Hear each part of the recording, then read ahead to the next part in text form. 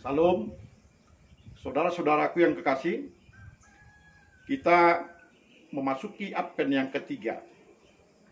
Kita menantikan kedatangan Tuhan. Mari kita mempersiapkan hati, jiwa kita, dan semangat kita untuk tetap menantikan kedatangannya. Kita akan mendengarkan firman Tuhan pada minggu Advent yang ketiga ini.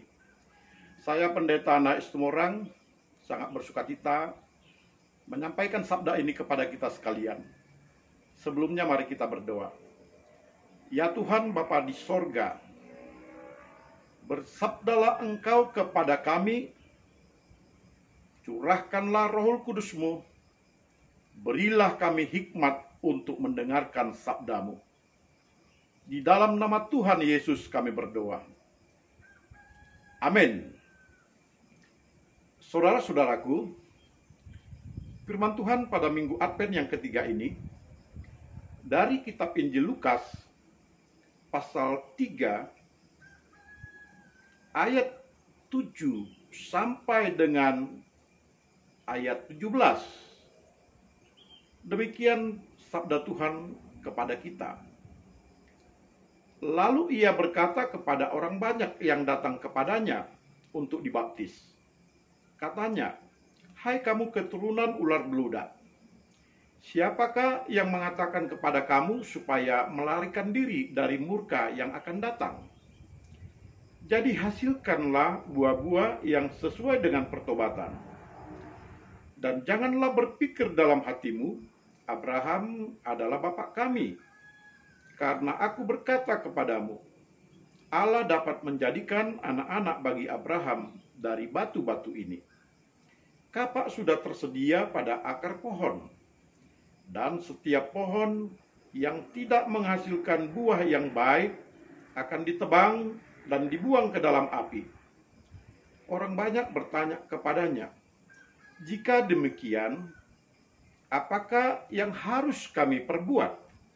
Jawabnya, "Barang siapa mempunyai 2 helai baju, hendaklah ia membaginya dengan yang tidak punya. Dan barang siapa mempunyai makanan, hendaklah ia berbuat juga demikian." Ada datang juga pemungut cukai untuk dibaptis, dan mereka bertanya kepadanya, "Guru, apakah yang harus kami perbuat?" Jawabnya, "Jangan menagih lebih banyak dari yang telah ditentukan bagimu." Dan prajurit-prajurit bertanya juga kepadanya, "Dan kami, apakah yang harus kami perbuat?" Jawab Yohanes kepada mereka, "Jangan merampas, dan jangan memeras, dan cukupkanlah dirimu dengan gajimu." Tetapi karena orang banyak sedang menanti dan berharap, dan semuanya bertanya dalam hatinya tentang Yohanes, kalau-kalau ia adalah Mesias, Yohanes menjawab dan berkata kepada semua orang itu, "Aku membaptis kamu dengan air, tetapi Ia yang lebih berkuasa daripadaku akan datang dan membuka tali kasutnya pun aku tidak layak. Ia akan membaptis kamu dengan Roh Kudus dan dengan api.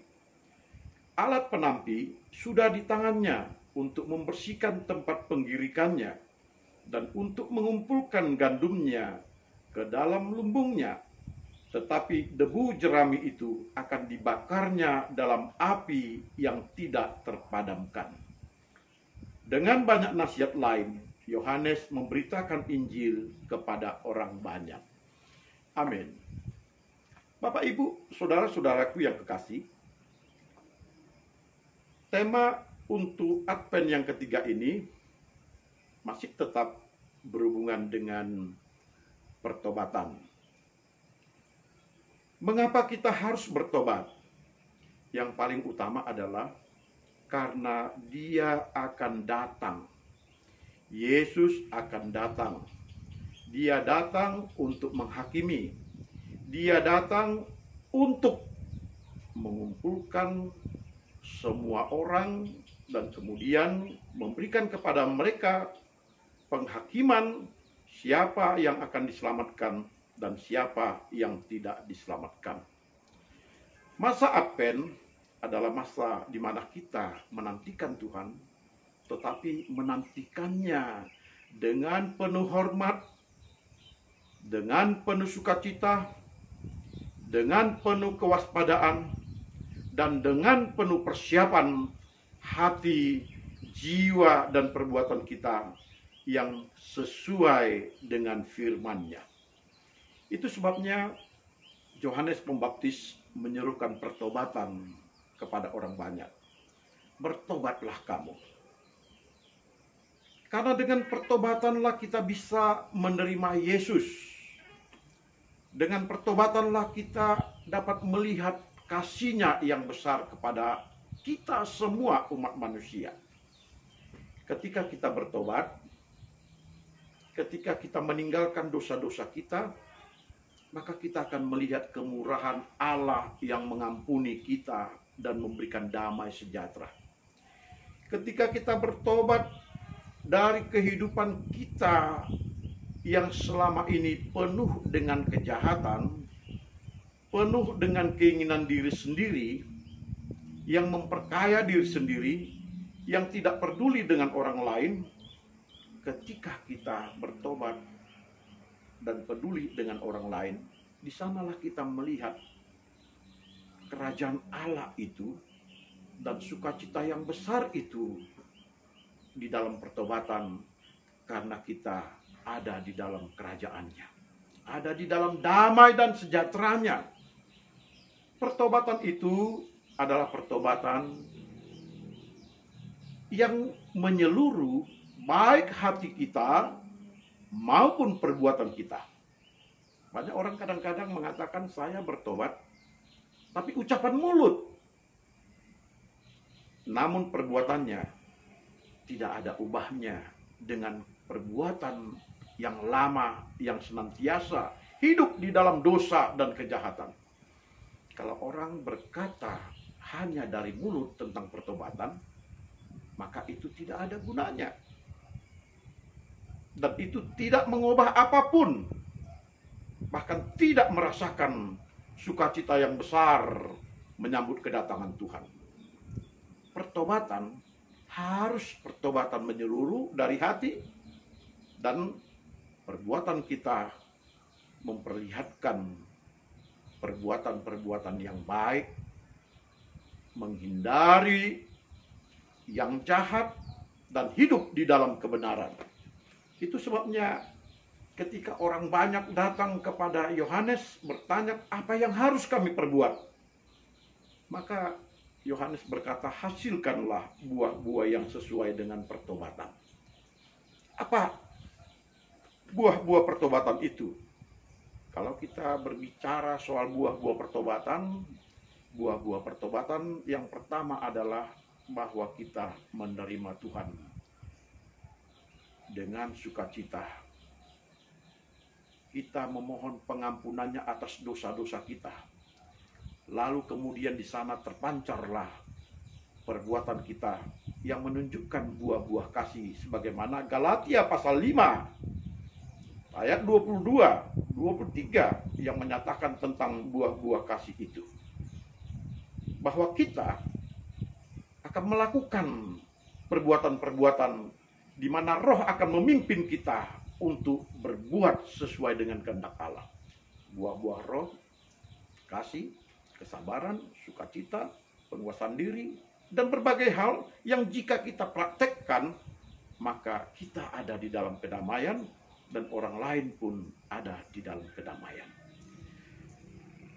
Perbuatan adalah salah satu indikasi bahwa kita bertobat. Ketika kita tidak lagi memeras orang, tidak lagi memungut pajak dengan pajak yang tinggi, tidak lagi mencuri, merampok, tidak lagi melakukan kekerasan, kejahatan, dan yang lain-lain di dalam bentuk nyata, di sanalah nampak bahwa kita bertobat. Banyak orang tidak menyadari bahwa yang dimintakan oleh Tuhan sesungguhnya adalah pertobatan yang diperlihatkan melalui perubahan hidup. Banyak orang tidak sadar ini. Dia berpikir kalau sudah datang ke gereja, kalau sudah berkhotbah, kalau sudah menyatakan kebenaran kepada orang lain, dia merasa bahwa dia sudah bertobat. Padahal setiap hari perbuatannya tidak ada mengalami perubahan. Kasih tidak ada di dalam dirinya. Dan tidak ada sama sekali perasaannya untuk berbagi kepada orang banyak.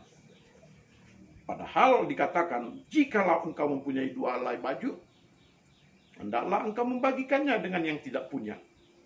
Jikalau engkau mempunyai makanan yang banyak, berbuat juga demikian kepada mereka. Berbagi. Ini yang penting di dalam kehidupan kita. Secara khusus pada masa pandemi COVID ini, bukakanlah mata kita kepada orang-orang yang ada di sekitar kita. Betapa banyaknya mereka tidak mempunyai makanan, tidak mempunyai pakaian yang layak.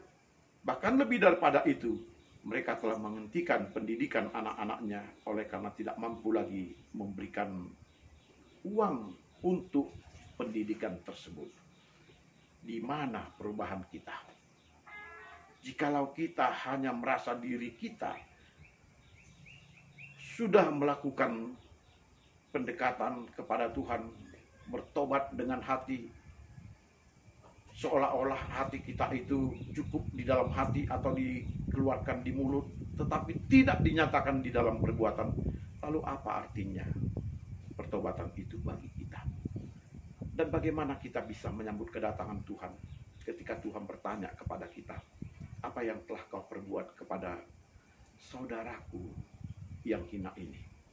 Apa yang telah kau perbuat kepada mereka yang terabaikan, kepada mereka yang menderita? Apa yang telah kau perbuat? Saudara-saudara, Yohanes mengatakan kalau dia datang di dalam kemuliaannya. Bahkan membuka tali kasutnya pun aku tidak layak. Ini menunjukkan kemuliaan Yesus yang akan datang. Betapa dia mulia, agung. Bagaimana kita yang hina untuk menyambut dia? Apakah kita menyambut dia dengan baju kebesaran kita? Tidak pantas di hadapan Yesus menyambut dia hanya dengan pakaian kemegahan. Yang pantas menyambut Yesus adalah mereka yang berhati mulia, yang bertobat, dan yang sungguh-sungguh mengasihi sesamanya. Merekalah yang pantas bertemu dengan Yesus ketika Yesus datang kedua kalinya. Merekalah yang pantas untuk menyambut kedatangan Tuhan. Bapak Ibu, bukan karena kehebatan kita, kemegahan kita, kekayaan kita, kekuasaan kita, jabatan yang tinggi, maka engkau akan dapat menyambut dia. Tetapi adalah ketika engkau bertobat, dan ketika di dalam pertobatanmu engkau menunjukkan perbuatan-perbuatan yang baik, di sanalah engkau dapat menyambut dia dan dapat mengatakan, Tuhan, berilah kami kehidupan yang kekal itu. Dan Tuhan akan memberkati engkau dan membawa engkau bersama-sama dia di dalam kerajaan surga selamanya. Kiranya Tuhan memberkati kita, dan minggu Advent yang ketiga ini menjadi minggu pertobatan bagi kita. Bertobat yang kita perlihatkan melalui perbuatan kita kepada orang banyak, mengasihi mereka dengan sungguh-sungguh. Puji Tuhan.